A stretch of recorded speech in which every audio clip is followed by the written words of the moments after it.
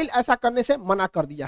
क्यों? क्योंकि सीरिया में S-400 मिसाइल सिस्टम तैनात है और यहां से अगर इजराइल को आगे बढ़ना होता है तो रूस से परमिशन लेना होता है, और अगर रूस से दुश्मनी लेगा इजराइल अमेरिका के चक्कर में आके, तो रूस इनका भी उपाय कर देगा। सीरिया के बगल में है लेबनान, लेबनान में हिजबुल्ला नामक आतंकवादी संगठन है, हिजबुल्ला नामक आतंकवादी संगठन है। अब इजराइल की दुश्मनी है ईरान से, रूस कहेगा ईरान को कि तुम अपना सारा आतंकवादियों का हथियार सीरिया में भेजो। अब सीरिया से वो जाएगा लेबनान में, और लेबनान में उस हथियार को लेगा हिजबुल्ला, और वो मारेगा इजराइल को। तो इजराइल ने कहा कि देख भैया, रूस जो है ना सबका उपाय रखा है, इस मिडिल ईस्ट में कोई चूचाई करता है ना तो रूस सीधे किसको करता है? ईरान को करता है, और ईरान सबको कंट्रोल करके रखता है।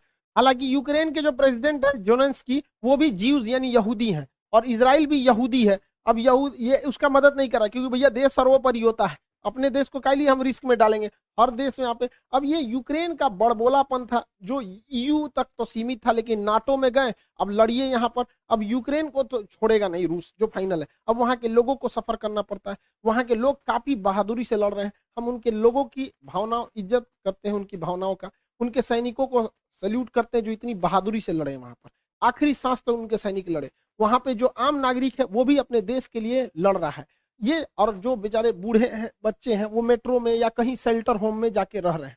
लेकिन देश के नागरिकों को भी सोचना चाहिए, किसी देश को इतना टॉर्चर मत करो। रूस को अपनी सुरक्षा चिंताओं को ध्यान में रखना पड़ेगा।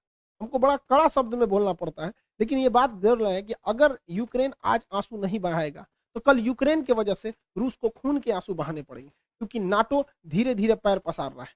15 देशों को तोड़ दिया नाटो ने, और उसके बाद उन 15 देशों में से सारे देशों को अपने में मिलाते आ रहा है। नाटो की जरूरत क्या है? आप 15-30 देश मिलके किसी को मारेंगे यहाँ पर? तो यूक्रेन के लोगों को इसका खामियाजा भुगतना पड़ेगा। लेकिन क्या होता है कि देश, हर इंसान को अपना देश प्यारा होता है। देश तो बहुत बड़ी चीज होती है। इंसान जिस कमरे में सोता है, बेड के जिस कोने पे सोता है, इंसान को वही कोना पसंद आता है। आप भी अपने कमरे में बेड पे किसी खास कोना पे सोते होंगे, आपको वही नींद आएगा। हर इंसान की मेंटेलिटी होती है। लेकिन ये सोचना चाहिए कि हमारी देश की नीतियां कहाँ सही जा रही हैं। कई बार हमें कड़वे घोंट पीने पड़ते हैं, तो ये चीजें होती है। कई बार देश को ऐसा लगता है कि नहीं अभी हमला कर देना चाहिए, लेकिन उसको सोच समझ के करना चाहिए। हमारे ऊपर भी हमले हुए थे 26/11 जब ताज होटल पे हमला हुआ था, हम लोग भी चाहते थे पाकिस्तान पे हमला कर देते। पुलवामा हुआ था, संसद पर हमला हुआ था, कारगिल पे हुआ था, हम लोग भी चाहते तो इस्लामाबाद पे घुस जाते, लेकिन उस वजह से हमारी देश की अर्थव्यवस्था नहीं बढ़ी। अब क्या है, धीरे